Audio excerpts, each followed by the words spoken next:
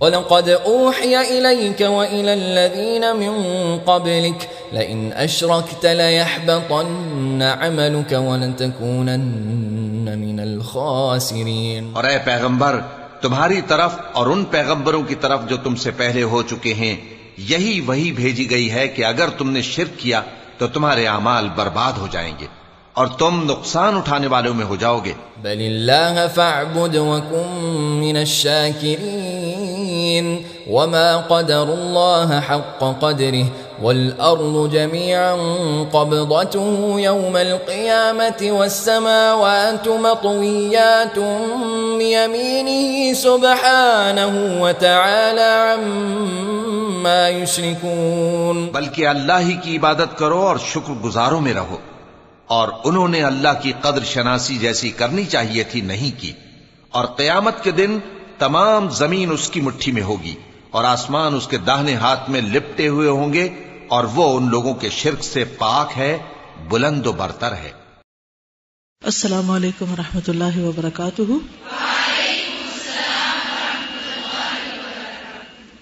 نحمده ونصلي على رسوله الكريم، اما بعد، فاعوذ باللہ من الشیطان الرجیم، بسم اللہ الرحمن الرحیم، رب اشرح لی صدری ویسر لی امری واحلل عقدۃ من لسانی یفقہوا قولی۔ کتاب نکالیے، صفحہ نمبر 93، 5واں باب، بدعت۔ بدعت کے بارے میں کل بھی ہم نے کچھ بات کی تھی، آج اس سے آگے بڑھاتے ہیں۔ بدعت کا کیا معنی تھا؟ نئی چیز، بغیر نمونے کے کوئی چیز بنانا، اجر کی نیت سے، to invent something new, دین میں اضافہ کرنا، عقائد اور عبادات میں نیا طریقہ ایجاد کرنا، ٹھیک ہے، نئے سرے سے بات نکالنا اور سنت کے خلاف ہونا، ٹھیک ہے۔ چلیے آج تھوڑی سی مزید دہرائی ہو جائے گی اور کلاسیفیکیشن بھی۔ بدعت لغوی تعریف، یہ بدع سے لیا گیا ہے، جس کا معنی ہے کسی چیز کا ایسے طریقے پر ایجاد کرنا جس کی پہلے کوئی مثال نہ ہو، اور اسی سے اللہ تعالیٰ کا یہ فرمان ہے، بدیع السماوات والارض، سورۃ البقرہ 117، نئے سرے سے پیدا کرنے والا ہے آسمانوں اور زمین کو۔ قل ما کنت بدعا من الرسل، الاحقاف 9، کہہ دیجئے میں کوئی نیا رسول نہیں ہوں۔ اور مثال ہے، ابتدع فلان بدعتا، یعنی اس نے ایک ایسا طریقہ ایجاد کیا ہے جسے اس سے پہلے کسی نے نہیں کیا۔ ابتداء اور ایجاد کی دو قسمیں ہیں۔ عادات میں ابتداء اور ایجاد، جیسے نئی نئی ایجادات، مثلا گاڑی، کمپیوٹر، ان سب چیزوں کو بنانا، اور یہ جائز ہے، اس لیے کہ عادات میں اصل اباحت ہے، یعنی مباح ہے، جائز ہے، ممنوع نہیں ہے، یعنی ہر چیز جائز ہے الا یہ کہ نص اسے ناجائز کہے۔ مثلا کوئی میوزیکل انسٹرومنٹ بنانا۔ نمبر 2، دین میں نئی چیز ایجاد کرنا، یہ حرام ہے، یہ منع ہے، اس لیے کہ دین میں اصل توقیف ہے۔ توقیف کس سے ہے؟ وقف سے، روک دی گئی، یعنی وہیں پر سٹاپ کرنا ہوگا کیونکہ دین مکمل ہو چکا ہے، یعنی اللہ کی طرف سے ہے۔ رسول اللہ صلی اللہ علیہ وسلم نے ارشاد فرمایا، جس کسی نے ہمارے دین میں کسی ایسی نئی چیز کی ایجاد کی جو دین سے نہیں ہے تو وہ مردود ہے۔ من احدث فی امرنا ھذا ما لیس منہ فہو رد، بخاری اور مسلم۔ بدعت کی قسمیں، دین میں بدعت کی دو قسمیں۔ پہلی قسم ایسی بدعت جس کا تعلق قول اور اعتقاد سے ہے، یعنی عقیدے میں بدعت، جیسے جہمیہ، معتزلہ، رافضہ اور تمام گمراہ فرقوں کے اقوال اور اعتقادات۔ دوسری قسم عبادتوں میں بدعت، جیسے اللہ تعالیٰ کی پرستش غیر مشروع عبادت سے کرنا۔ غیر مشروع یعنی جسے شریعت نے نہیں بتایا، نہیں سکھایا، اور اس کی چند قسمیں ہیں، یعنی عبادت میں بدعت کی چند قسمیں، یعنی آپ یوں کہہ سکتے ہیں، نمبر 1 عقیدہ میں بدعت، اور نمبر 2 عبادات میں بدعت، کیونکہ عادات میں تو اس کی اجازت ہے ایز لانگ ایز وہ شریعت سے ٹکراتی نہیں۔ تو اعتقادی بدعت تو انشاءاللہ بعد میں دیکھیں گے، لیکن اب عبادات میں بدعت کی اقسام ہے یہ، ٹھیک۔ پہلی قسم نفس عبادت ہی بدعت ہو، یعنی ایسی عبادت شروع کر لی جائے جو تھی نہیں، جس کا کوئی وجود ہی نہیں. جیسے کوئی ایسی عبادت ایجاد کر لی جائے جس کی شریعت میں کوئی بنیاد اور اصل نہ ہو، مثلا غیر مشروع نماز، غیر مشروع روزہ یا غیر مشروع عیدیں جیسے عید میلاد وغیرہ. اب آپ دیکھیے کہ یہ جو غیر مشروع نماز ہے اس کی کوئی مثال آپ کو معلوم ہے؟ قضاء عمری، اور رجب میں بھی ایک نماز ہوتی ہے صلاۃ الرغائب، رغائب جی، یعنی باقاعدہ نام کے ساتھ ایک نئی نماز کا اضافہ، اور اس کا طریقہ بھی مختلف، خود ساختہ، یعنی عام طریقے سے مختلف، یعنی مخصوص قسم کی صورتیں اور مخصوص تعداد میں پڑھنے کا حکم دیا جاتا ہے. اب یہ ساری عبادتیں جو ہیں، یہ ساری نمازیں جو ہیں، نمازوں کی کتنی قسمیں ہیں؟ یعنی ایک تو فرض نماز ہے، ٹھیک ہے، اور پھر ان کے اوقات بھی مقرر ہیں، نبی صلی اللہ علیہ وسلم نے بتا دی. پھر یہ ہے کہ کچھ نوافل ہیں جیسے تہجد وغیرہ ہیں، یا پھر فرض کے علاوہ اس کے ساتھ جو تہجد نبی صلی اللہ علیہ وسلم سے مشروع ہیں، ثابت ہیں.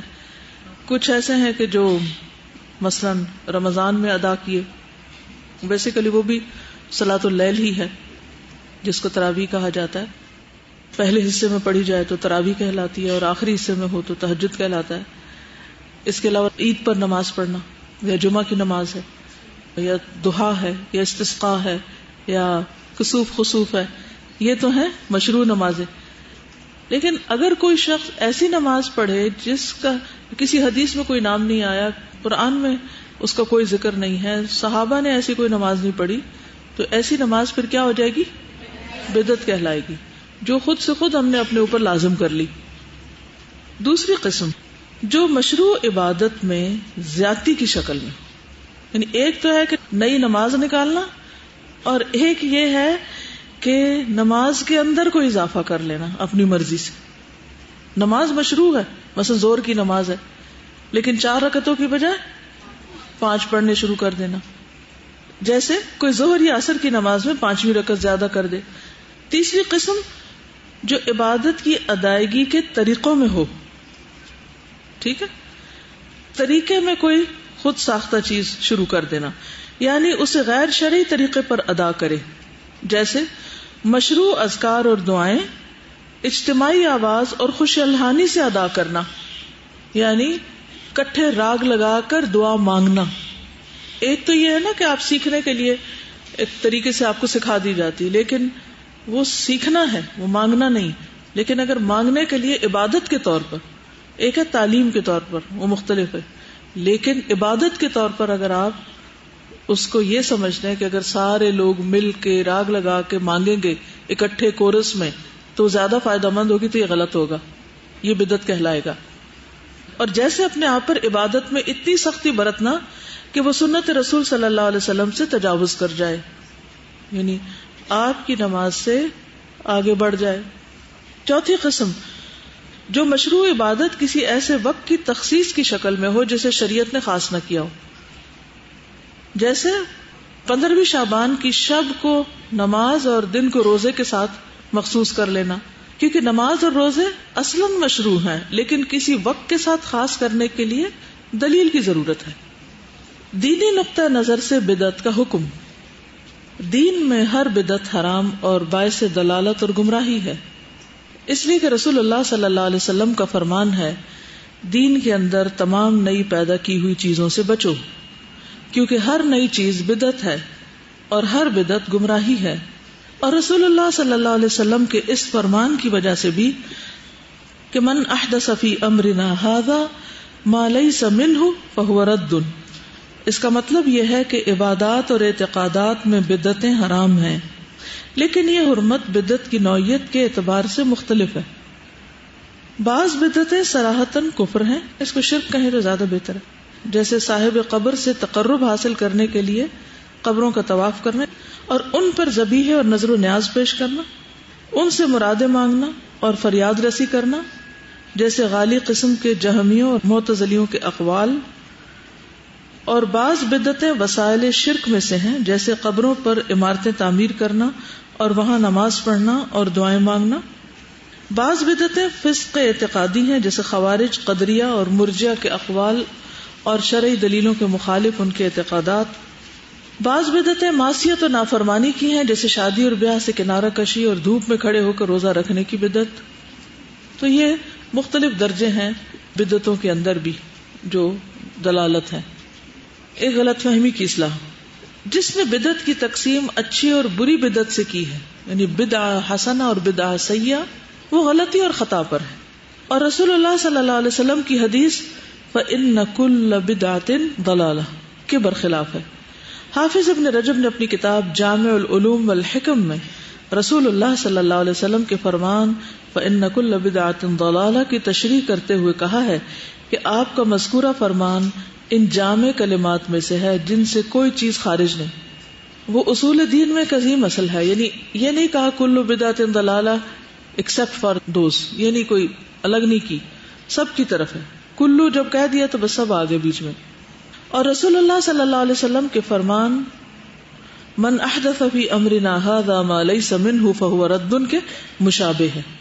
لہذا جس نے بھی کوئی نئی چیز ایجاد کی اور دین کی طرف اس کی نسبت کی اور دین میں اس کی کوئی اصل مرجع نہیں ریفرنس نہیں ہے، لوٹ کے جائیں جس کی طرف کوئی سورس نہیں ہے اس کا، تو وہ گمراہی ہے اور دین اس سے بری اور الگ ہے، خواہ وہ اعتقادی مسائل ہوں یا ظاہری اور باطنی اعمال اور اقوال ہوں، کوئی بھی چیز ہو.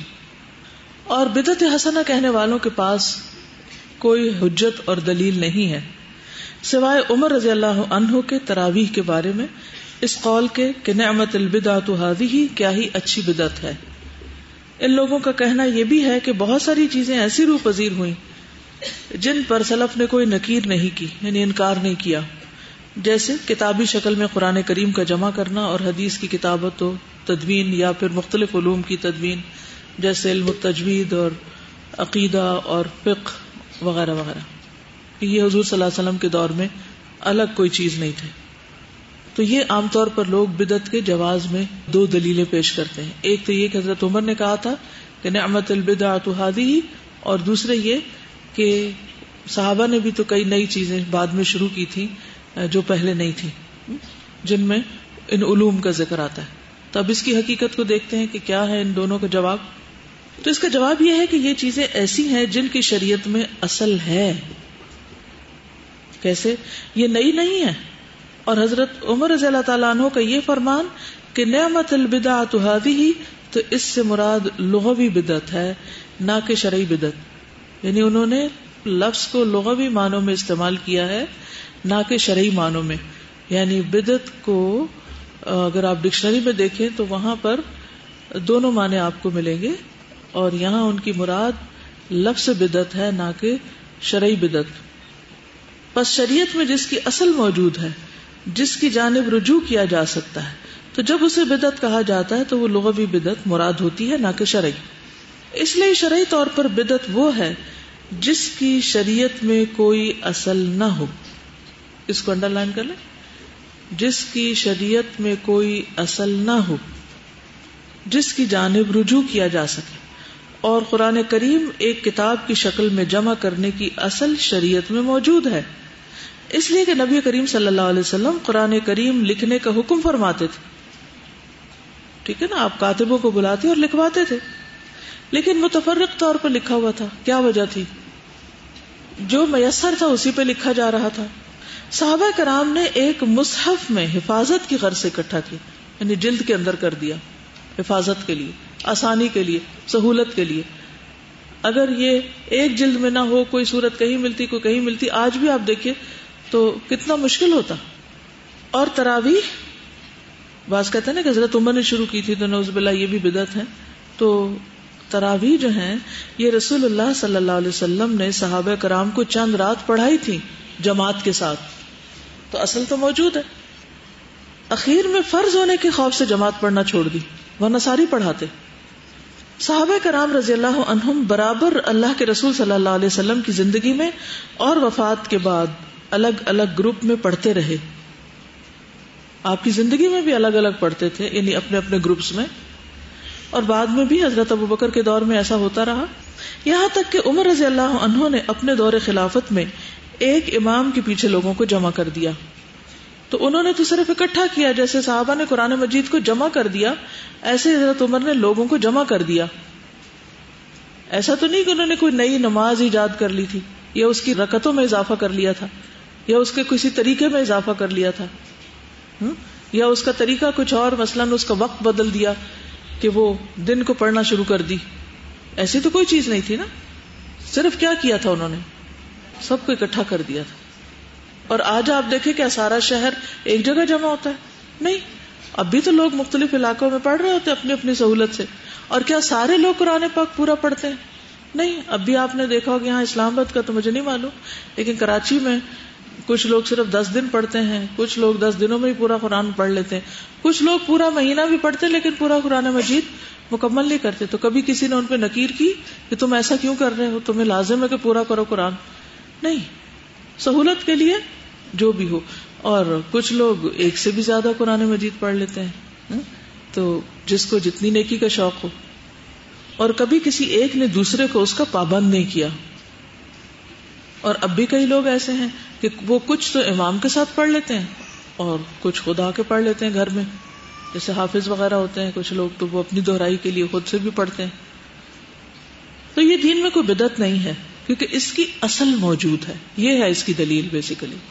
اور کتابت حدیث کی بھی شریعت میں اصل ہے، اس لیے کہ نبی کریم صلی اللہ علیہ وسلم نے بعض صحابہ کو بعض حدیثیں لکھنے کی اجازت مرحمت فرمائی تھی، اور عمومی طور پر آپ کے زمانے میں اس کے لکھنے کی ممانعت تھی، اس ڈر سے کہ کہیں قرآن کے ساتھ خلط ملط نہ ہو جائے.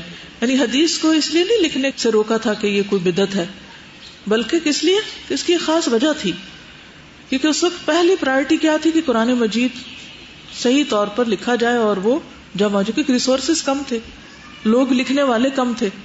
اب اگر ایک کام کے لیے لوگ ہی کم ہیں تو ہمیں یہ دیکھنا پڑے گا نا کہ پہلے کون سا کام کرنا چاہیے اور زیادہ اہم کون سا ہے، اور اس کے بعد کون سا کرنا چاہیے.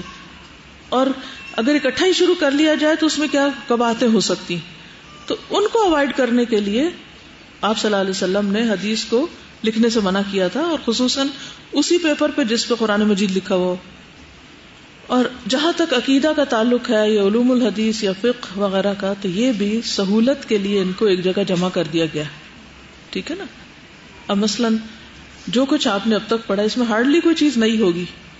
آپ کو پہلے سے ساری چیزیں کسی نہ کسی شکل میں موجود ہیں، خصوصاً اگر پورا قرآن مجید پڑھ جائیں اور حدیث کورس بھی کر جائیں تو کانسیپٹس آپ کے لیے نئے نہیں ہیں. لیکن الگ طور پر ایک سسٹمیٹک وے میں پڑھنے کا فائدہ کیا ہوتا ہے کہ اس ایک خاص موضوع سے متعلق پوری چیزیں ذہن نشین ہو جاتی. کیونکہ کسی بھی کام کو جب آپ لگ کے کرتے ہیں، گہرائی میں جا کے کرتے ہیں، ترتیب سے کرتے ہیں، تو اس کا امپیکٹ اور ہوتا ہے. تو ایک ہوتا ہے پھیلاؤ کسی بھی چیز میں کہ آپ پڑھ رہے ہیں اور وہ چیزیں پھیلی ہوئی ہیں، اور ایک ہوتا ہے ان سب کو منظم کر دینا، آرگنائز کر دینا اور ایک خاص طریقے سے پڑھنا. تو یہ ایک ٹول ہے. یہ دین میں اس کی اصل تو موجود ہے. ہاں، بدعت اس وقت ہوگا یہ جب وہ چیزیں اس میں پڑھائی جائیں جو دین میں اصل میں ہے ہی نہیں، جن کی کوئی دلیل نہیں. سمجھ گئے؟ یا یہ سمجھنا کہ اس طرح پڑھنے میں ثواب زیادہ ہے اور دوسری طرح پڑھنے میں کم ہے، یہ نہیں ہے مقصد اس میں. چلیے، بدعتوں کے ظہور کے اسباب، یعنی ظاہر ہونے کی وجوہات. کتاب و سنت پر مضبوطی سے جمے رہنے ہی میں بدعت اور گمراہی میں پڑنے سے نجات ہے. بچ کیسے سکتے ہیں بدعت سے؟ جب کیا کریں؟ قرآن و سنت کو مضبوط پکڑ لیں. اللہ تعالیٰ کا فرمان ہے وَأَنَّ هَذَا صِرَاطِي مُسْتَقِيمًا فَاتَّبِعُوهُ وَلَا تَتَّبِعُوا السُّبُلَ فَتَفَرَّقَ بِكُمْ عَنْ سَبِيلِهِ سورۃ الانعام 153. اور یہی میرا راستہ سیدھا ہے، اس کی پیروی کرو، اور دیگر راستوں کی پیروی نہ کرو جو تمہیں اس کے راستے سے جدا کر دیں. نبی کریم صلی اللہ علیہ وسلم نے اس کو عبداللہ بن مسعود رضی اللہ عنہ کی روایت میں واضح کر دیا ہے. آپ نے فرمایا رسول اللہ صلی اللہ علیہ وسلم نے ہمارے سامنے ایک لکیر کھینچی اور فرمایا کہ یہ اللہ کا راستہ، یعنی اسٹریٹ پاتھ. پھر اس کے دائیں اور بائیں چند لکیریں کھینچی اور فرمایا یہ بہت سارے راستے ہیں، اور ان میں سے ہر ایک راستے پر شیطان ہے جو اپنی جانب بلا رہا ہے. پھر آپ نے یہی آیت تلاوت فرمائی وَأَنَّ هَذَا صِرَاطِي مُسْتَقِيمًا فَاتَّبِعُوهُ وَلَا تَتَّبِعُوا السُّبُلَ. سبل کون سے ہیں؟ جو اس کے دائیں بائیں جا رہے ہیں، ڈائیورجنس.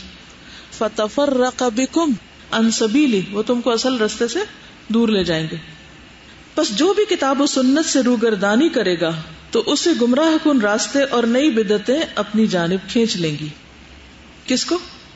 جو کتاب و سنت سے دور ہوگا اس کو بدعتیں اپنی طرف کھینچ لیں گی، اٹریکٹ کریں گی. تو اگر ہمارے معاشرے میں بہت سی بدعتیں ہیں تو اس کی بنیادی وجہ کیا ہے؟ کیونکہ اصل دین سامنے نہیں ہے ان کے، تو وہ پھر اور چیزوں کو دین سمجھ کے اختیار کر لیتے ہیں، اپنا لیتے ہیں. بدعتوں کے ظہور کے اسباب مندرجہ ذیل ہیں. پہلا سبب دینی احکام سے لا علمی اور جہالت. جو زمانہ گزرتا گیا اور لوگ آثار رسالت سے دور ہوتے گئے، علم کم ہوتا رہا اور جہالت عام ہوتی گئی، جیسا کہ اس کی خبر نبی صلی اللہ علیہ وسلم نے اپنی اس حدیث میں دی ہے: تم میں سے زندہ رہنے والا شخص بہت سارے اختلافات دیکھے گا، ابو داؤد اور ترمذی. اور اپنے اس فرمان میں بھی کہ اللہ تعالیٰ علم بندوں سے چھین کر نہیں ختم کرے گا، بلکہ علماء کو ختم کر کے علم ختم کرے گا، یہاں تک کہ جب کسی عالم کو زندہ نہیں چھوڑے گا تو لوگ جاہلوں کو رؤساء بنا لیں گے، اور یہ لوگ مسئلہ پوچھنے پر بغیر علم کے فتویٰ دیں گے تو خود بھی گمراہ ہوں گے اور دوسروں کو بھی گمراہ کریں گے. جامع بیان العلم و فضلہ. تو علم اور علماء ہی بدعت کا جواب دے سکتے ہیں، اور جب علم اور علماء ہی کا فقدان ہو جائے تو بدعت کے پھلنے پھولنے اور بدعتیوں کے سرگرم ہونے کے مواقع میسر ہو جاتے ہیں. ٹھیک ہے. دوسری چیز، خواہشات کی پیروی. جو کتاب و سنت سے اعراض کرے گا وہ اپنی خواہشات کی پیروی کرے گا، جیسا کہ ارشاد باری تعالیٰ ہے: فَإِن لَّمْ يَسْتَجِيبُوا لَكَ فَاعْلَمْ أَنَّمَا يَتَّبِعُونَ أَهْوَاءَهُمْ وَمَنْ أَضَلُّ مِمَّنِ اتَّبَعَ هَوَاهُ بِغَيْرِ هُدًى مِّنَ اللَّهِ. سورۃ القصص. اگر یہ تیری بات نہ مانے تو تو یقین کر لے کہ یہ صرف اپنی خواہشات کی پیروی کر رہے ہیں. اگر یہ تیری بات نہ مانے تو تم یقین کر لو کیا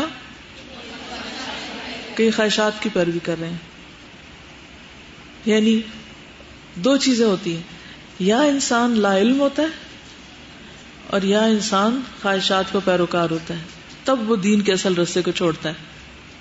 اور اس سے بڑھ کر بہکا ہوا کون ہے جو اپنی خواہش کے پیچھے پڑا ہوا ہو بغیر اللہ کی رہنمائی کے. اور فرمایا: افرأیت من اتخذ الہہ ہواہ واضلہ اللہ علی علم وختم علی سمعہ وقلبہ وجعل علی بصرہ غشاوہ فمن یہدیہ من بعد اللہ. سورۃ الجاثیہ 23. کیا آپ نے اسے بھی دیکھا جس نے اپنی خواہش نفس کو اپنا معبود بنا رکھا ہے، جس نے اپنی خواہشات کو اپنا خدا بنا رکھا ہے، یعنی اس کو پوجتا ہے، اس کی مانتا ہے، اور باوجود سمجھ بوجھ کے اللہ نے اسے گمراہ کر دیا ہے اور اس کے کان اور دل پر مہر لگا دی ہے اور اس کی آنکھ پر بھی پردہ ڈال دیا ہے. اب ایسے شخص کو اللہ کے بعد کون ہدایت دے سکتا ہے؟ چنانچہ یہ بدعات اتباع خواہشات کی پیداوار ہیں. یعنی ہم اصل دین پر عمل کرتے ہوئے جب کہتے ہیں کہ ہم تھک گئے ہیں، بور ہو گئے ہیں، تو اب کوئی نئی چیز ہو. یعنی انسان ہر چیز میں جدت چاہتا ہے، لباس میں جدت، کھانوں میں جدت، رہن سہن کے عادات اور اطوار میں جدت. تو وہ کیا چاہتا ہے کہ دین میں بھی کوئی جدت ہو.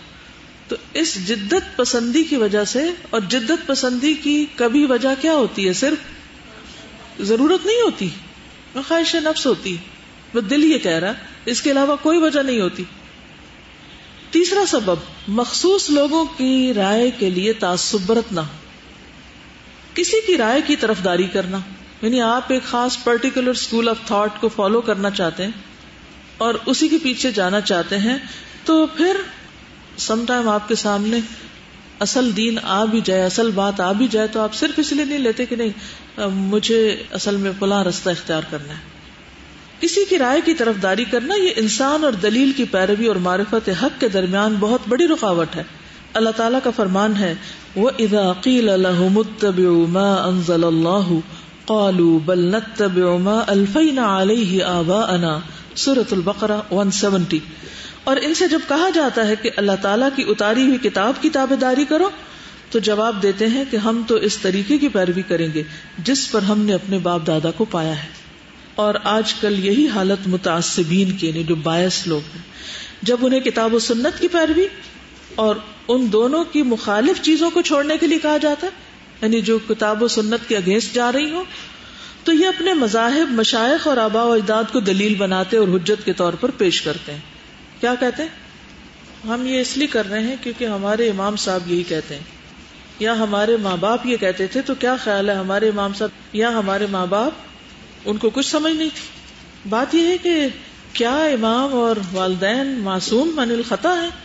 ان سے غلطی نہیں ہو سکتی، لیکن معصوم کون ہے؟ انبیاء، نبی صلی اللہ علیہ وسلم. اور کتاب اللہ تو ہے ہی ہر شک و شبہ سے پاک، لا ریب فیہ. تو خالص چشمے سے پانی پینے کی بجائے وہ کیا کرتے ہیں، ادھر ادھر سے سہولت کے لیے جو اس کی شاخیں نکلی ہوئی ہیں اس میں سے لے لیتے ہیں، خواہ وہ دوسرے درجے کا ہو. تو نبی صلی اللہ علیہ وسلم نے اپنی امت کو بدعت سے خبردار کر دیا تھا کہ ایسا ہوگا، لوگ نئی باتیں نکالیں گے اور تمہیں اس سے ہوشیار رہنا ہے. مسند احمد میں آتا ہے رسول اللہ صلی اللہ علیہ وسلم نے فرمایا، میرے بعد حکومت کی باغ ڈور کچھ ایسے لوگوں کے ہاتھ میں بھی آئے گی جو سنت کو مٹا دیں گے اور بدعت کو فروغ دیں گے اور نماز کو اس کے وقت مقررہ سے ہٹا دیں گے. ابھی آپ نے دیکھا ہوگا کہ بعض اوقات جمعہ کی نماز اتنی لیٹ ہوتی ہے کچھ جگہوں پر کہ بالکل عصر کے قریب ہو جاتا ہے وقت، خصوصاً سردیوں میں. حالانکہ اگر آپ بخاری کو دیکھیں اور حدیث کی کتابیں دیکھیں تو جمعے کی نماز کا وقت تو بہت ہی ارلی ہے. تو آپ صلی اللہ علیہ وسلم نے اس دور میں ہی پہلے سے بتا دیا تھا کہ یہ ہوگا، کہ لوگ دین میں ٹیمپرنگ کریں گے اور اپنی مرضی سے چیزوں کو آگے پیچھے ہٹائیں گے. تو یہ جو ہے نا وَلَا تَتَّبِعُوا السُّبُلَ، قرآن مجید کی جو آیت ہے یہ بھی اسی کی طرف اشارہ کرتی. فَتَفَرَّقَ بِكُمْ عَنْ سَبِيلِهِ ذَلِكُمْ وَصَّاكُمْ بِهِ لَعَلَّكُمْ تَتَّقُونَ. اس چیز کی تم کو وصیت کی جاتی، تاکید کی جاتی ہے کہ اگر تم اصل سے ہٹے اور شاخوں میں پڑ گئے ادھر ادھر، دوسرے رستوں پہ نکل گئے، تو تمہیں اصل سے جدا کر دیں گے. تو تتبع السبل میں مجاہد کہتے ہیں کہ یہ کیا ہے، البدع والشبہات، بدعات اور شبہات ہیں. پھر اسی طرح یہ ہے کہ ہر طرح کی بدعت سے منع کیا گیا ہے. عادات کی بات نہیں کر رہی میں، دین میں ہر طرح کی بدعت، یہ بھی یاد رکھیے، دین میں بدعت، عادات میں بدعت نہیں. نبی صلی اللہ علیہ وسلم نے فرمایا، جو شخص تم میں سے میرے بعد زندہ رہے گا تو عنقریب وہ بہت زیادہ اختلافات دیکھے گا. بس تم پر لازم ہے کہ تم میری سنت اور خلفائے راشدین میں جو ہدایت یافتہ ہیں ان کی سنت کو پکڑے رہو اور اسے ڈاڑھوں سے مضبوط پکڑ کر رکھو، اور دین میں نئے امور نکالنے سے بچتے رہو، کیونکہ ہر نئی چیز بدعت ہے اور ہر بدعت گمراہی ہے. ابن عمر کہتے ہیں ہر بدعت گمراہی ہے، خواہ لوگ اسے نیکی سمجھیں، یعنی خواہ اسے لوگ نیکی کا کام سمجھ کے کر رہے ہوں، لیکن بظاہر نیکی نظر آنے والی چیز بھی گمراہی ہے. یہی تو بدعت کی زیادہ مشکل بات ہے. دیکھیے شرک بھی پہچانا جاتا ہے بعض اوقات بہت جلدی، کفر بھی پہچانا جاتا ہے، لیکن بعض اوقات بدعات کی پہچان بھی نہیں ہوتی اور غیر محسوس طریقے سے انسان ان میں جا پڑتا ہے کیونکہ ان کی ظاہری شکل دین کی سی ہوتی ہے. نبی صلی اللہ علیہ وسلم نے فرمایا، جب میں تم سے کوئی حدیث بیان کیا کروں تو اس میں مزید اضافہ نہ کیا کرو. تو یہ اضافہ بھی پھر کیا ہوگا، بدعت، یعنی اپنے پاس سے اس کے الفاظ مت بڑھایا کرو. تو اس معاملے میں جو احادیث کے ترجمے ہیں نا ان میں بھی احتیاط برتنی چاہیے. بعض لوگ ترجمہ کرتے ہوئے کسٹمائز کرتے کرتے کچھ سے کچھ بنا دیتے ہیں، کہیں سے کہیں کہیں چلے جاتے ہیں. تو طریقہ کیا ہونا چاہیے کہ جیسے عربک ٹیکسٹ ہے اس کے مطابق ترجمہ، اس کو ایز اٹ از پڑھ کے پھر اس کے بعد آپ اس کی وضاحت میں اگر کچھ کہنا چاہیں تو کہیں، لیکن اصل میں اضافہ نہیں کرنا آپ کو، یا اس کو اپنے مرضی کے معنی نہیں پہنانے، کانٹیکسٹ میں ہی لینا ہے. اسی طرح نبی صلی اللہ علیہ وسلم کی باتوں کے علاوہ دوسروں کی باتوں کو سنت نہ سمجھا جائے. سنت کا کل کیا معنی بتایا تھا، طریقہ. تو ویسے تو لغوی معنی میں کوئی بھی طریقہ ہو سکتا ہے، لیکن کس طریقے کو سنت نہیں کہا جا سکتا؟ جو بظاہر دین کا طریقہ نظر آ رہا ہو لیکن وہ نبی صلی اللہ علیہ وسلم کا طریقہ نہ ہو. نبی صلی اللہ علیہ وسلم نے فرمایا، میرے بعد ایک قوم یا مختلف حکمران ہوں گے جو میری سنت پر عمل نہیں کریں گے اور میری سیرت کے علاوہ کوئی اور سیرت اختیار کریں گے تو ان کے بعض امور کو اچھا سمجھے گا اور بعض کو برا. یعنی بعض چیزیں ان کی سنت کے مطابق نہیں ہوں گی لیکن تم ان کو اپریشیٹ کرو گے، کیونکہ سنت کا علم ایک تو بعض اوقات نہیں ہوتا، اور دوسرا یہ ہے کہ بعض اوقات جب کوئی حکمران یا کوئی انفلوئنشل شخص کوئی ایسا کام کر رہا ہوتا ہے تو انسان کہتا ہے یہ تو بہت سمجھدار ہے، یہ کر رہا ہے تو ٹھیک ہی کر رہا ہوگا، اس لیے اس کے طریقے کی پیروی کر لو. یہاں سے بگاڑ آ جاتا ہے. پھر تو اس جہالت سے بھی بچنا چاہیے اور دعا مانگنی چاہیے کہ اللہ ہمیں چیزوں کی حقیقت جیسی وہ ہے ویسی ہی دکھا، اور کہیں بھی اپنے نفس کی خواہش یا کسی اور کی کوئی ایسی چیز جو دین نہ ہو اور اسے ہم دین سمجھ کے اختیار نہ کریں، اس سے ہمیں محفوظ رکھ کہ ہم اس کو دین سمجھ کے اختیار کریں جو اصل میں دین نہ ہو. نبی صلی اللہ علیہ وسلم نے فرمایا مجھ سے پہلے جس امت میں نبی بھیجا گیا اس کی امت میں سے اس کے حواری اور صحابی بھی ہوئے. امت کے کچھ لوگ اس کے ساتھی تھے جو اس کی سنت پر چلنے والے اور اس کے حکم کی پیروی کرنے والے تھے. لیکن ان صحابیوں کے بعد کچھ لوگ ایسے بھی ہوئے جو وہ کہتے تھے جو وہ خود نہیں کرتے تھے، یعنی خود عمل نہیں کرتے تھے، اور وہ کرتے تھے جن کا ان کو حکم ہی نہیں دیا گیا تھا. یعنی نیکسٹ جنریشن میں، ان کی فالوئنگ جنریشن میں کیسے لوگ آئے، یعنی نبی نے تو اللہ کی مرضی کے مطابق کام کیا، پھر اس کے ساتھیوں نے بھی وہی کیا جو نبی نے کیا، پھر نبی کے جانے کے بعد وہ ساتھی جو تھے ان کے وہ اس طریقے پر چلتے رہے. لیکن آہستہ آہستہ ڈائلیوشن ہوئی، جو بعد میں لوگ آئے انہوں نے کیا کیا اور رستے نکال لیے، یعنی وہ کرنا شروع کر دیا جو اصل میں نہیں تھا. اور آپ دیکھیے کہ کرسچینٹی میں بہت ساری ایسی چیزیں ہیں جو عیسیٰ علیہ السلام نے نہیں کی، لیکن بعد میں جو ان کے جو حواریوں کے آگے فالوورز تھے وہاں سے شروع ہوئی. انہوں نے یہ بدعتیں ایجاد کی. کمپیریٹیو ریلیجن پڑھا تو اس میں یہ کانسیپٹ پڑھا ہوگا نا آپ نے کہ کس طرح انہوں نے دین کو بگاڑا.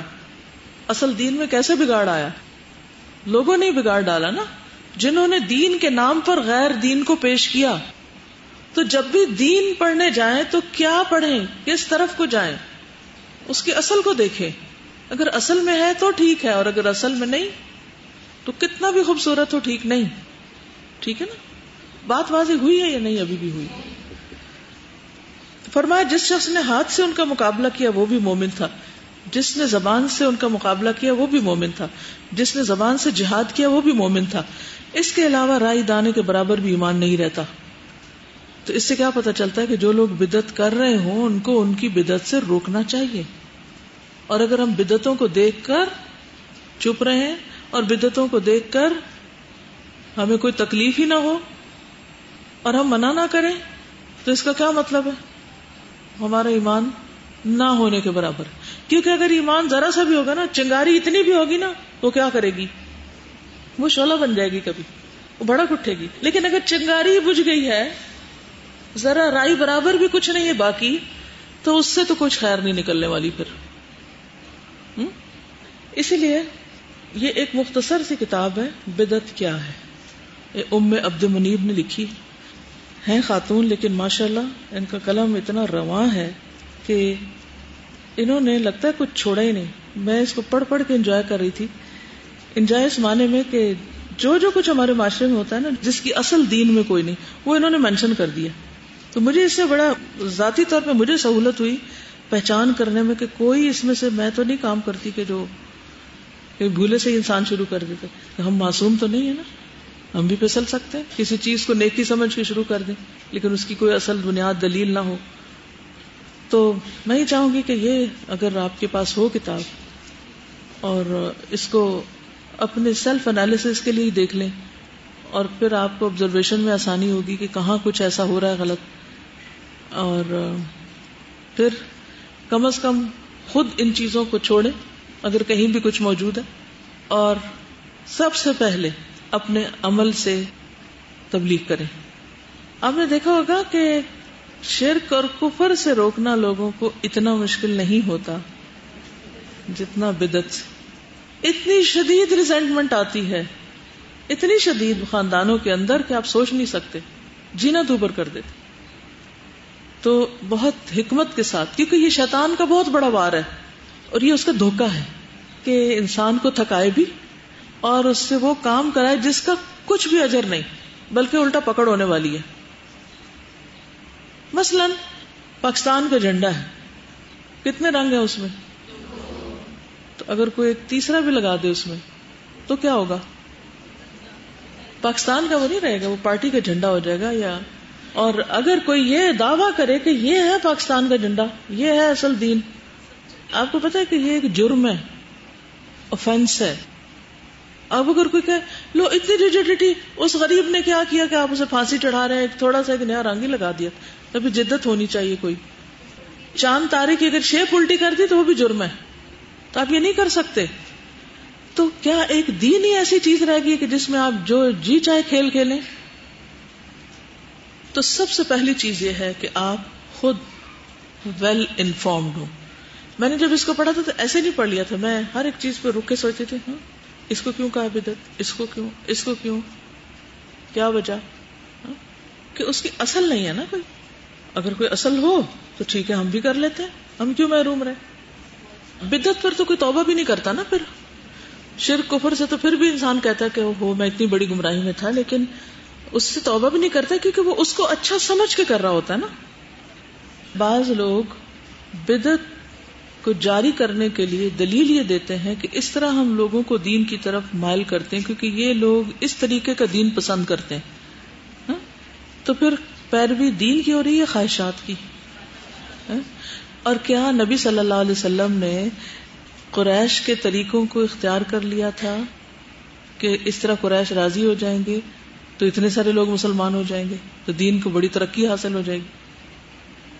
لقد كدت تركن إليهم شيئا قليلا إذا لأذقناك ضعف الحياة وضعف الممات ثم لا تجد لك علينا نصيرا.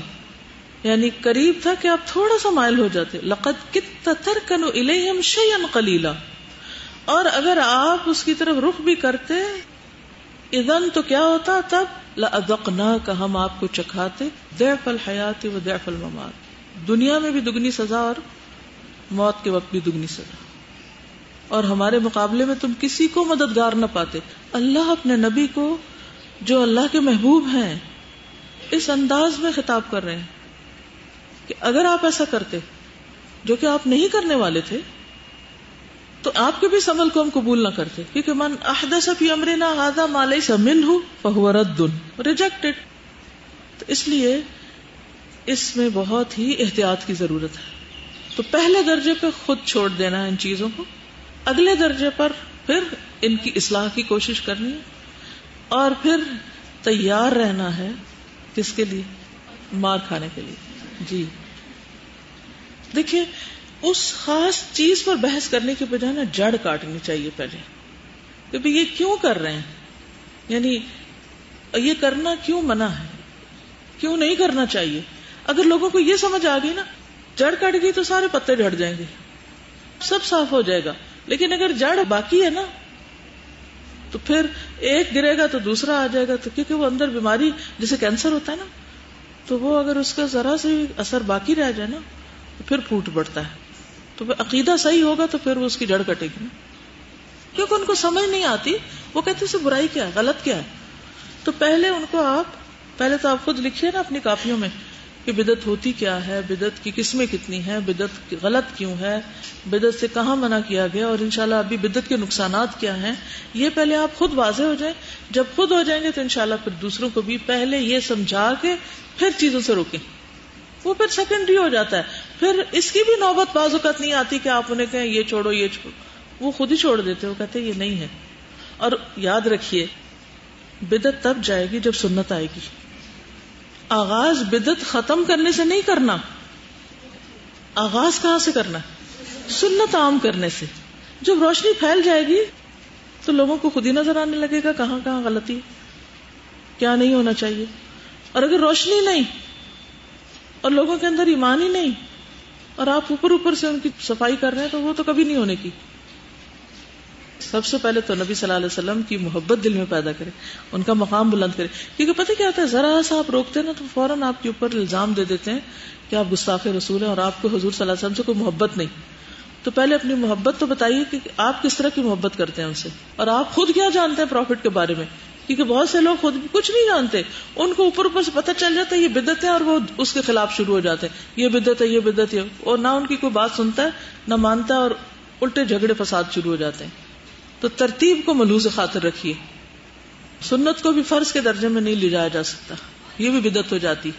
دین کی رخصتیں قبول نہیں کرتے بعض لوگ، مثلا کسر نہیں پڑھتے، وہ کہتے کیا ہم فارغ ہیں، ہم پوری نماز پڑھ لیتے ہیں. جراب پر مسح نہیں کرتے، خام خواہ دین کو مشکل بناتے ہیں. اچھا بعض اوقات لوگ کہتے ہیں ہم نیک نیتی سے یہ کر رہے ہیں، اور نیت بہت اچھی، تو نیک نیتی سے بھی کیا ہوا کام باعث اجر نہیں ہوتا. دوسری شرط کیا ہے سنت کے مطابق؟ 2 شرائط ہے نا حسن عمل کی. تو خالی نیک نیتی نہیں دیکھی جائے گی، اور کچھ نہیں کر رہے، کچھ تو کر رہے ہیں، تو وہ جو کرنا چاہیے وہ جو نہیں کر رہے اس لیے وہ کریں. تو کوئی بھی بہانہ اس کے لیے نہیں چاہیے. اس میں ہم دیکھتے ہیں کہ اصل میں ایک طویل حدیث ہے. یحییٰ اپنے والد سے روایت کرتے ہیں کہ ہم صبح کی نماز سے پہلے عبداللہ بن مسعود کے دروازے کے پاس بیٹھا کرتے تھے. کب؟ صحیح سمجھ آئی؟ اچھا، کیا کرنے بیٹھتے تھے وہاں؟ جی، جب عبداللہ باہر تشریف لاتے تو ہم ان کے ساتھ مسجد چل پڑتے، یعنی راستے میں بھی استفادہ کرتے. ایک دن ابو موسیٰ اشعری ہمارے پاس آئے اور پوچھا ابھی تک ابو عبد الرحمن یعنی عبداللہ بن مسعود تمہارے پاس نہیں آئے؟ ہم نے جواب دیا نہیں. تو ابو موسیٰ ہمارے ساتھ بیٹھ گئے یہاں تک کہ عبداللہ بن مسعود باہر تشریف لائے. جب وہ آئے تو ہم سب اٹھ کر ان کے پاس آ گئے. ابو موسیٰ نے ان سے کہا اے ابو عبد الرحمن یعنی اے عبداللہ بن مسعود، آج میں نے مسجد میں ایک ایسا کام دیکھا ہے کہ مجھے اس پہ بہت حیرانی ہوئی، لیکن اللہ کے فضل سے وہ نیکی کی ایک صورت لگتی. عبداللہ بن مسعود نے پوچھا وہ کیا ہے؟ انہیں جواب دیا اگر آپ زندہ رہے تو خود ہی دیکھ لیں گے. میں نے مسجد میں کچھ لوگوں کو دیکھا، وہ حلقے بنا کر بیٹھے ہوئے اور نماز کا انتظار کر رہے ہیں. ان کے سامنے کنکریاں پڑی ہیں، یعنی پتھر کٹھے کیے ہوئے. ہر ایک حلقے میں یعنی گروپ میں ایک شخص ہے جو یہ کہتا ہے 100 مرتبہ اللہ اکبر پڑھو، تو لوگ 100 مرتبہ اللہ اکبر پڑھتے ہیں. پھر وہ کہتا ہے 100 مرتبہ لا الہ الا اللہ پڑھو، تو وہ 100 مرتبہ لا الہ الا اللہ پڑھتے ہیں. پھر وہ کہتا ہے 100 مرتبہ سبحان اللہ پڑھو، تو وہ لوگ 100 مرتبہ سبحان اللہ پڑھتے ہیں. عبداللہ بن مسعود نے ان سے پوچھا تم نے ان سے کیا کہا، یعنی تم نے یہ دیکھا تو کیا کیا؟ ان جواب دیا میں نے آپ کی رائے کے انتظار میں ان سے کچھ نہیں کہا، یعنی پہلے میں آپ سے کنسلٹ کر لوں. عبداللہ بن مسعود نے کہا تم نے انہیں یہ کیوں نہیں کہا کہ وہ اپنے گناہ شمار کریں، یعنی اپنی 100 غلطیاں بھی شمار کریں، اور تم نے انہیں ضمانت کیوں نہیں دی کہ ان کی نیکیاں ضائع نہیں ہوں گی اگر واقعتاً وہ نیکیاں ہوں؟ یعنی یہ کہنا تھا کہ واہ بھی بہت اچھا کر رہے ہو اور یہ جو کچھ کر رہے ہو ضائع نہیں ہوگا. پھر عبداللہ بن مسعود چل پڑے، ان کے ہمراہ ہم بھی چل پڑے، یہاں تک کہ عبداللہ ان حلقوں میں سے ایک حلقے کے پاس آئے، ایک گروپ کے پاس ہے، اور ان کے پاس کھڑے ہو کر پوچھا تم لوگ یہ کیا کر رہے ہو؟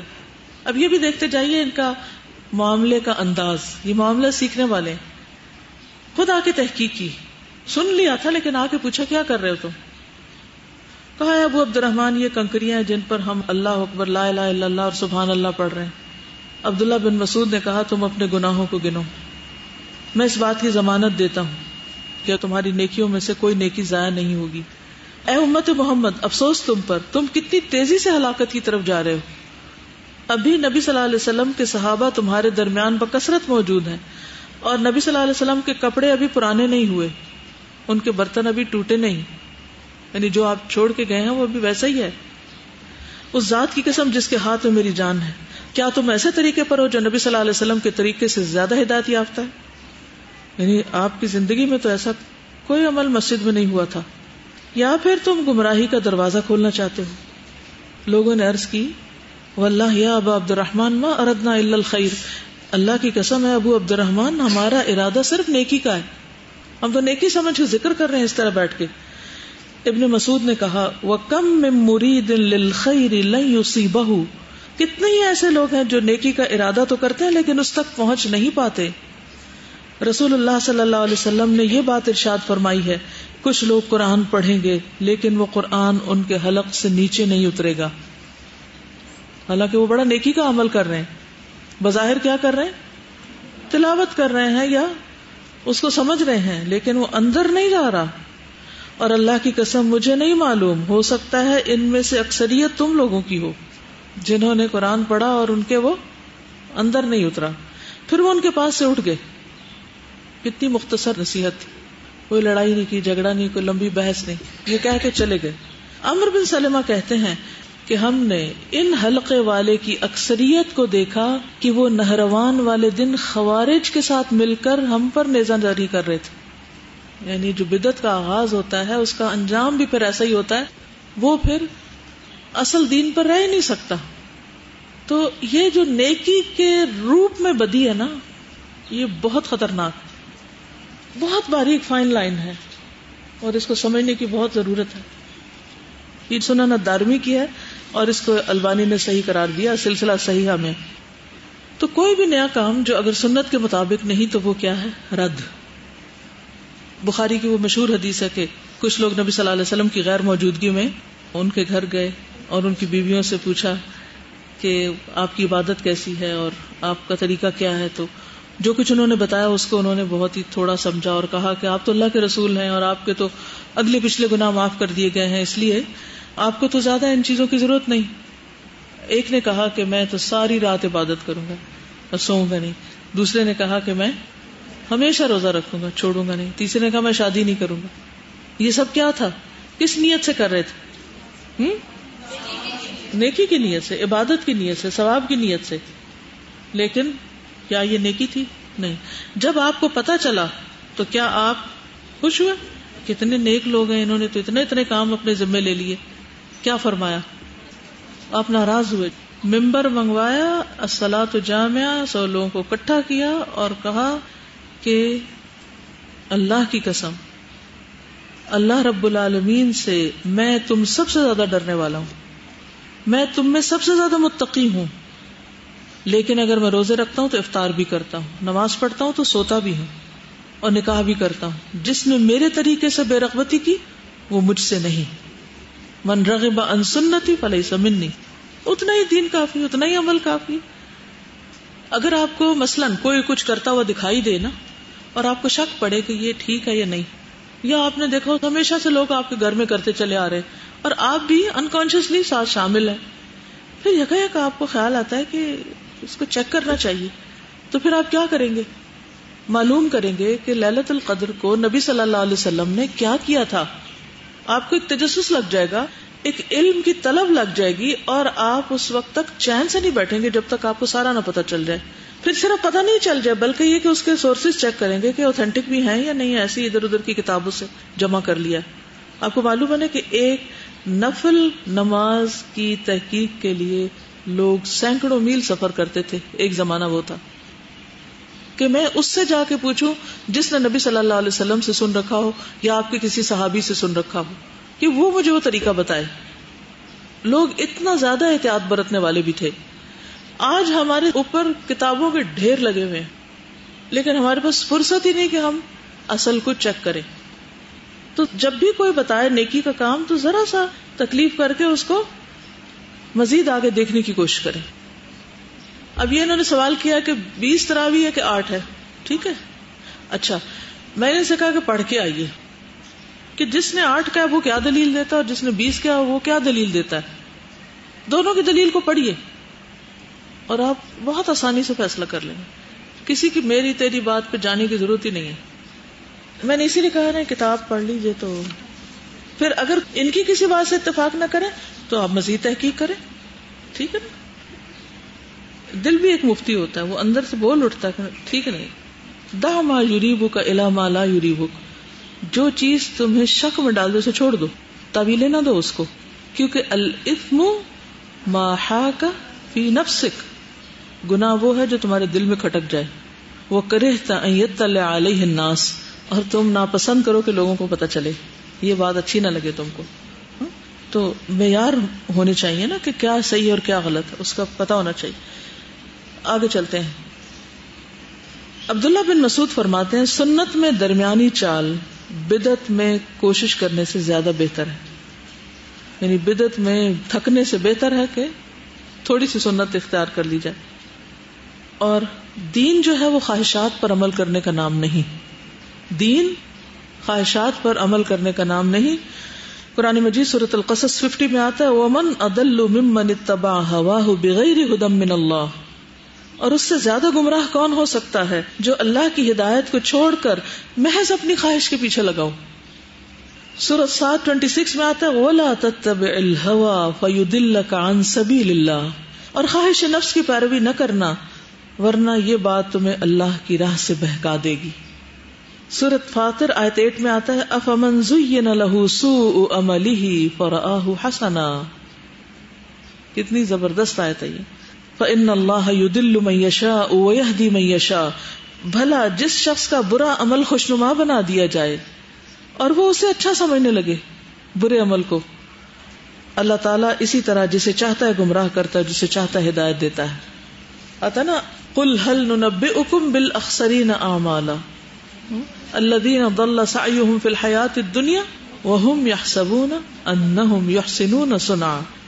اب یہ فی الحیات الدنیا سے مراد کیا ہے کہ دنیا کی خواہشات اور اپنی مرضی کا دین گھڑ کے اسی میں گم ہے، اصل کو دیکھتے ہی نہیں. پھر اسی طرح یہ ہے کہ اہل بدعت سے بھی اپنے آپ کو بچانا چاہیے.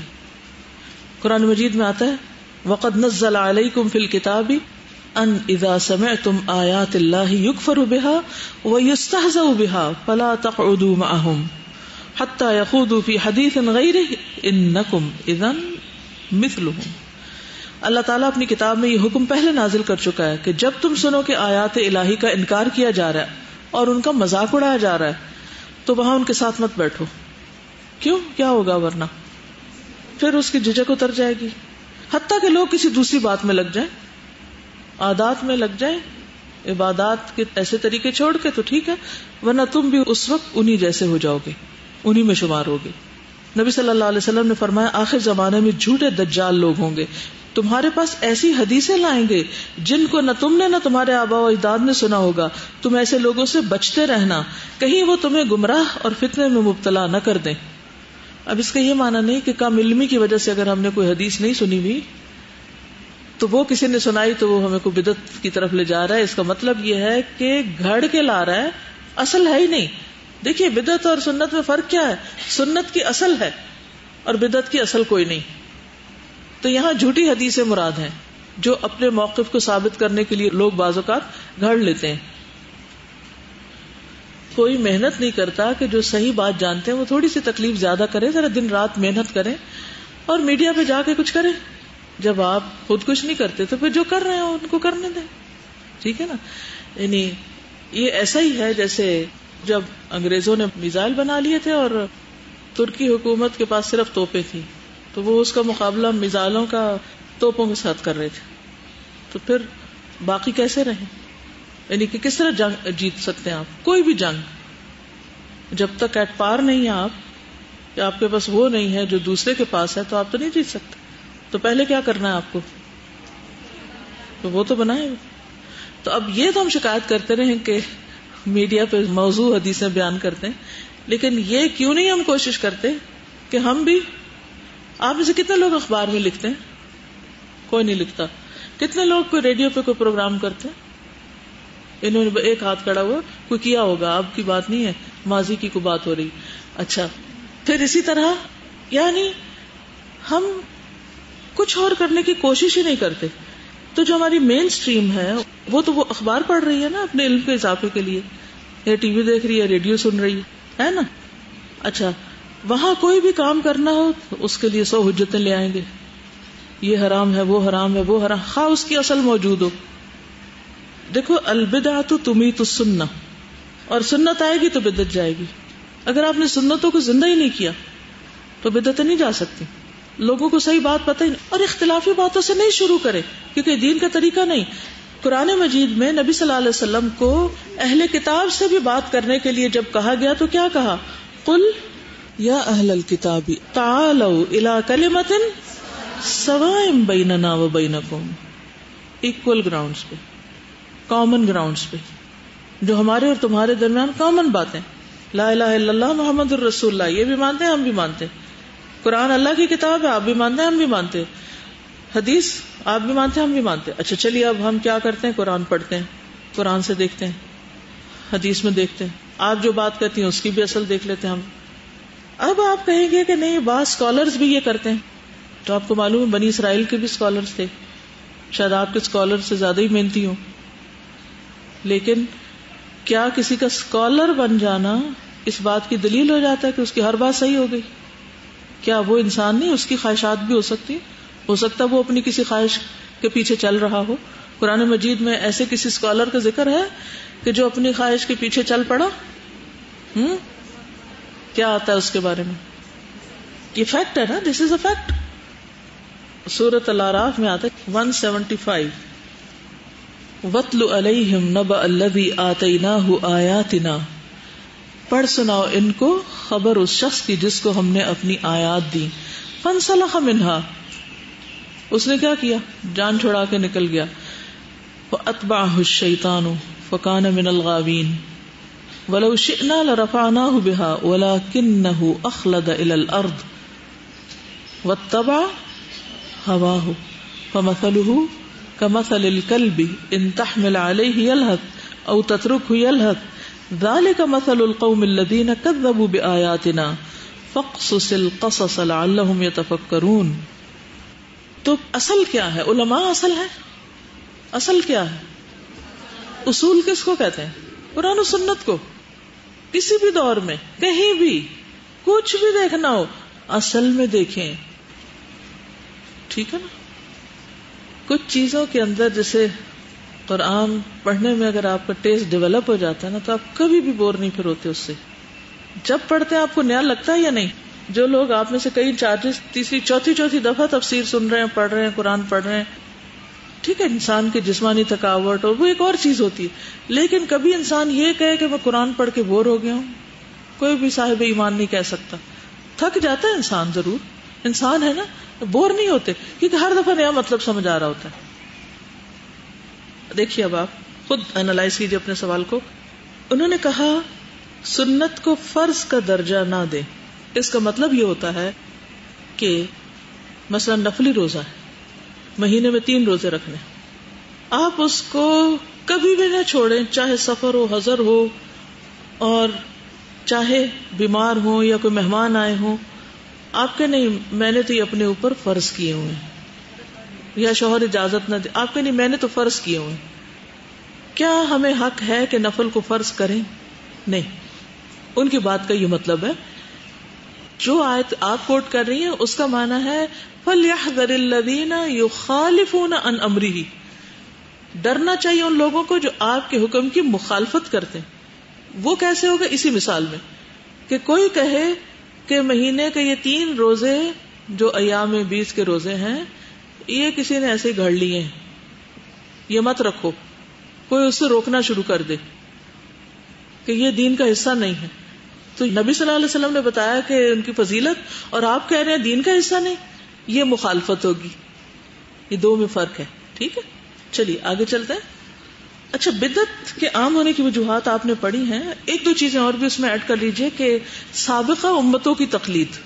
نبی صلی اللہ علیہ وسلم نے فرمایا تم لوگ پہلی امتوں کے طریقوں کی قدم بقدم پیروی کرو گے، یہاں تک کہ اگر وہ لوگ کسی گوہ کے سوراخ میں داخل ہوئے تو تم بھی ان کی پیروی کرو گے، تم بھی وہاں جا گھسو گے، کیونکہ جو شخص کسی قوم کی مشابہت کرے گا وہ نہیں مس ہوگی. جیسے رہبانیت ہے، تو اگر ہمارے دین میں کوئی اس طرح کا فقیر بن جائے اور کچھ کھائے پیے نہ، شادی نہ کرے، یہ سمجھ کے کہ زیادہ ثواب ہے شادی نہ کرنا، تو یہ کیا ہوگا؟ سنت کے طریقے سے انحراف ہوگا. پھر ایک اور وجہ، اپنی پیروی کروانا. سنت کیا ہے کہ آپ نبی صلی اللہ علیہ وسلم کے طریقے کی پیروی کریں، تو کچھ لوگوں کو شوق ہوتا ہے کہ لوگ ان کو فالو کریں، اپنی پیروی کرانا، اپنے پیچھے لگانا. معاذ رضی اللہ عنہ کہتے ہیں تمہارے بعد بہت فتنے ہوں گے، مال بہت بڑھ جائے گا، قرآن کھول کر عام کر دیا جائے گا، حتیٰ کہ مومن منافق، مرد عورتیں، چھوٹا بڑا، غلام آزاد، سبھی اسے حاصل کریں گے. یعنی علم بہت بڑھ جائے گا اس طرح. اور ایسا ہوگا کہ کہنے والا کہے گا لوگوں کو کیا ہوا میری پیروی نہیں کرتے حالانکہ میں نے قرآن پڑھ رکھا ہے. لوگوں کو کیا ہوا کہ میری پیروی نہیں کرتے حالانکہ میں نے قرآن پڑھا ہوا ہے. اب اگر کسی خاندان میں کوئی ایک لڑکی نے پڑھ لیا اور وہ یہ چاہے کہ لوگ اس کے طریقے پہ چلے تو اسے اپنے طریقے پہ نہیں چلانا، اسے کس چیز کی طرف دعوت دینی ہے؟ دعوت اللہ، لوگوں کو کس سے جوڑنا ہے؟ اللہ سے جوڑنا ہے. یہ اصل دین کی دعوت. تمام پیغمبروں نے کیا کیا؟ ان اعبد اللہ. ٹھیک ہے.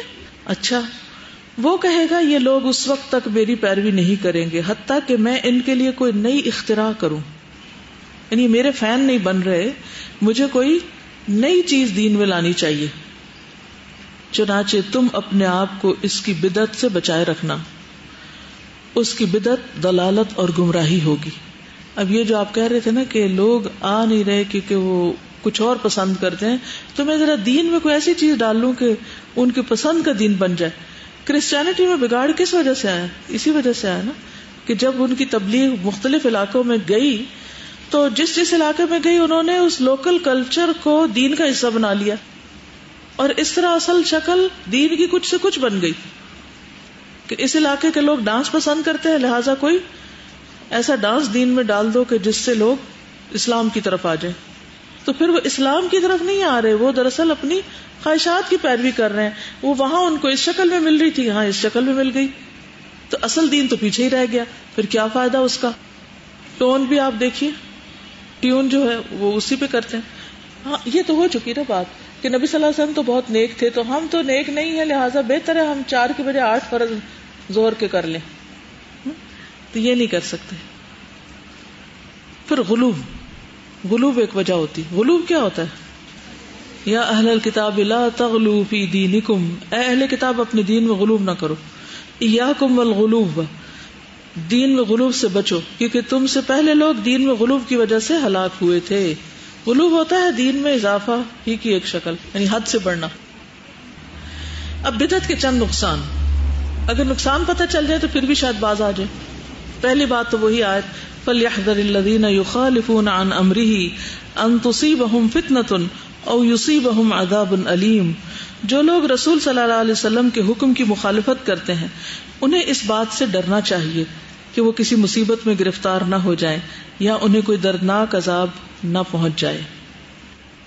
پھر یہ یاد رکھیں کہ بدعت بدترین گناہ ہے, خواہ وہ نیکی کا کام ہے لیکن وہ گناہ ہے. نبی صلی اللہ علیہ وسلم نے فرمایا, ہر خطبہ میں فرماتے تھے, فَإِنَّ خَيْرَ الْحَدِيثِ كِتَابُ اللَّهِ وَخَيْرُ الْهَدْيِ هَدْيُ مُحَمَّدٍ وَشَرُّ الْأُمُورِ مُحْدَثَاتُهَا وَكُلُّ مُحْدَثَةٍ بِدْعَةٌ وَكُلُّ بِدْعَةٍ ضَلَالَةٌ وَكُلُّ ضَلَالَةٍ فِي النَّارِ. کہ حمد و ثنا کے بعد بہترین بات اللہ کی کتاب ہے, اور بہترین سیرت محمد صلی اللہ علیہ وسلم کی سیرت ہے, اور سارے کاموں میں بدترین کام نئے نئے طریقے ہیں, اور ہر نیا طریقہ بدعت ہے, اور ہر بدعت گمراہی ہے. بدعتی پر لعنت اور بدعتی کے حمایتی پر بھی لعنت کی گئی ہے.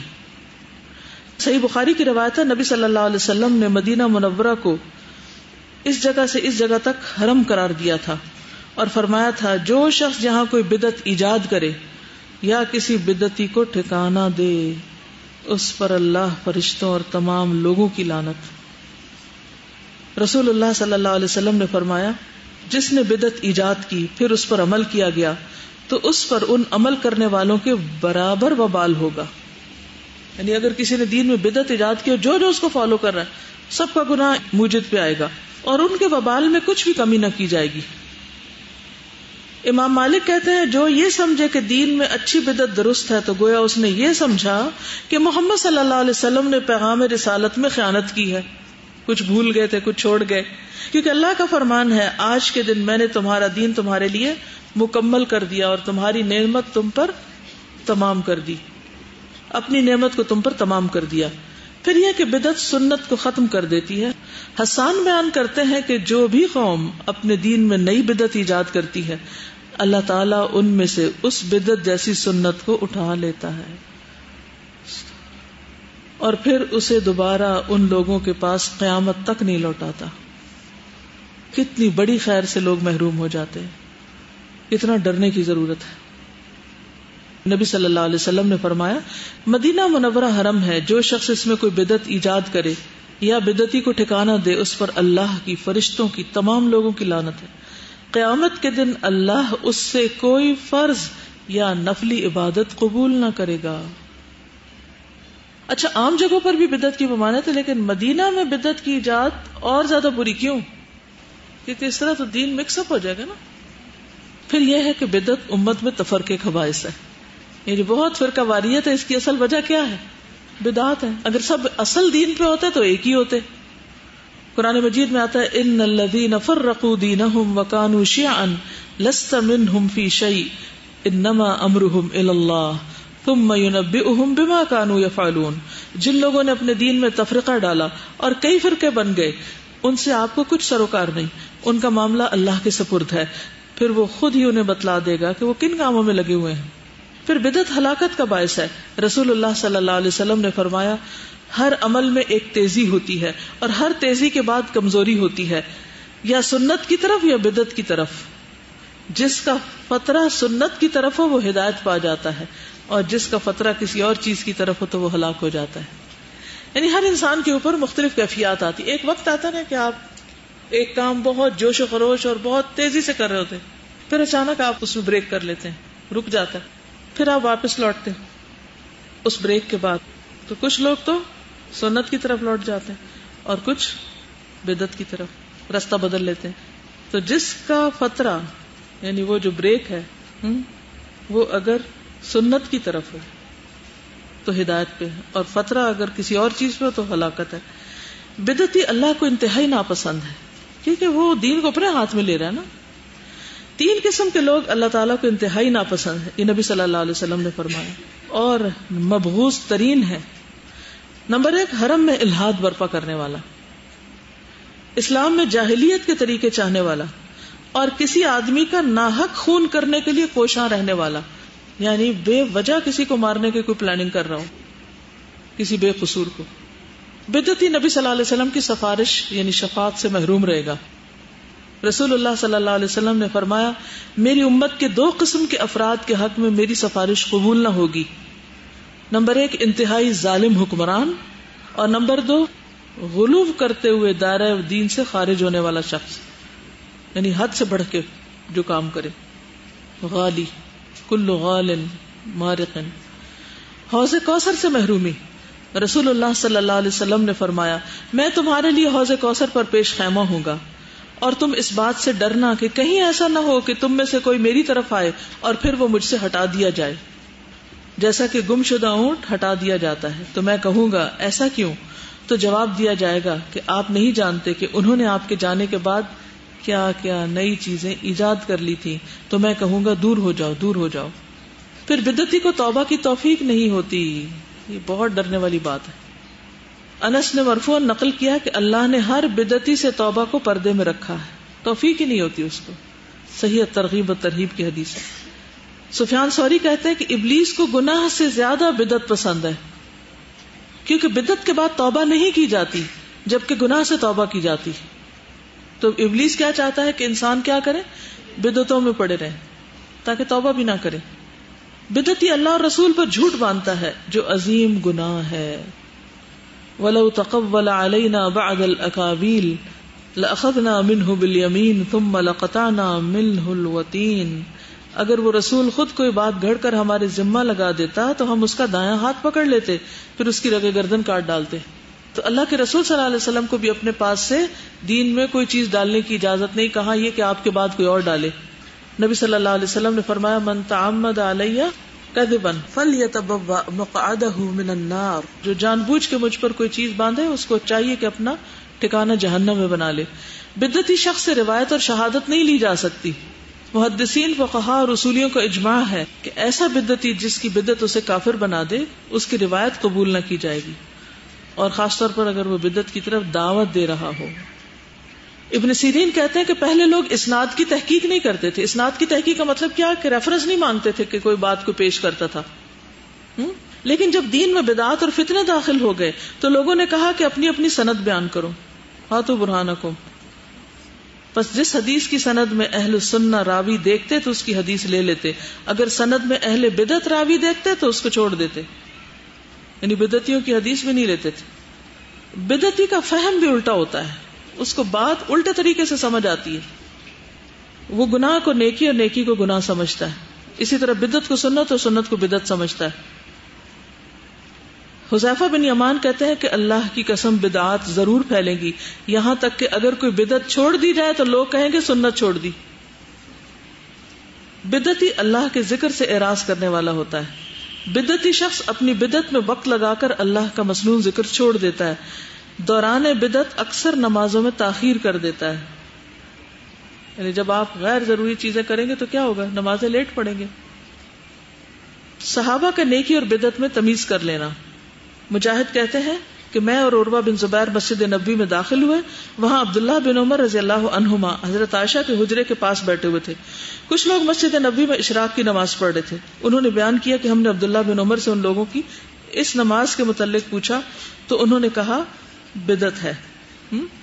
اچھا، مسجد نبوی میں اشراق کی نماز پڑھ رہے تھے، یعنی مسجد میں لازم نہیں ہے کہ گھر سے آپ مسجد آئیں اشراق پڑھنے کے لیے. کیا کرنا چاہیے؟ فرض نماز بس لازم ہے وہاں پر. حذیفہ کہتے ہیں ہر وہ عبادت جو رسول اللہ صلی اللہ علیہ وسلم کے صحابہ نے نہیں کی تم بھی نہ کرو. سیدھی سی بات، کتنی سمپل چیز ہے. جو صحابہ نے نہیں کیا تم بھی نہ کرو. ابن سیرین کہتے ہیں اہل الاہواء کے ساتھ مت بیٹھو، نہ ان کے ساتھ بحث کرو، نہ ان کی باتیں سنو. ابو قلابہ کہتے ہیں مجھے اندیشہ ہے کہ وہ لوگ تمہیں بھی گمراہی پہ نہ ڈال دیں یا تم پہ دین میں چیزیں خلط ملط نہ کر دیں جن کو تم پہچانتے ہو. امام مالک کے پاس جب اہل الاہواء میں سے کوئی آتا تو اسے کہتے میں اپنے دین میں واضح دلیل پر ہوں لیکن تم شک پر ہو، جاؤ اپنے جیسے کسی شکی کے پاس اور اس سے جھگڑا کرو، مجھ سے مت جھگڑو. یعنی میں جو کچھ کر رہا ہوں دلیل کے ساتھ کر رہا ہوں اور تمہارے پاس دلیل نہیں ہے، تو جن باتوں کی کوئی دلیل نہیں ہے ان میں جھگڑے کی ضرورت نہیں. جاؤ اپنے جیسے کسی کے پاس جا کے جھگڑو. خود بھی اور اپنے بچوں کو بھی اس سے بچانا چاہیے.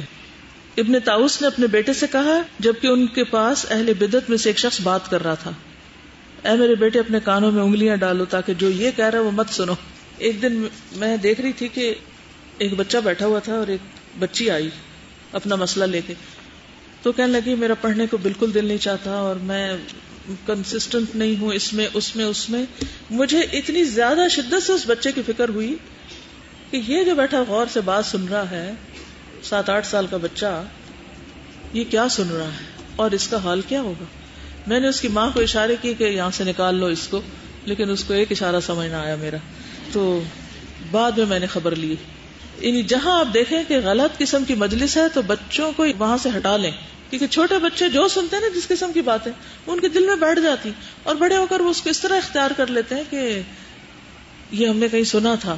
یعنی ہو سکتا ہے وہ آپ ہی سے منسوب کر دیں کیونکہ آپ کے سامنے ہو رہی ہے وہ بات اور ابھی آپ صرف سن رہے ہیں تاکہ سن کے دوسرے کو جواب دیں. دیکھیے کسی کے اصلاح کے لیے سب سے پہلا قدم ہوتا ہے کہ پہلے اس کی سنیں وہ کیا کہہ رہا ہے. اگر وہ غلط بھی کہہ رہا ہے تو ذرا پیشنس کے ساتھ سن لیں اور پھر اس کے بعد آگے بڑھیں.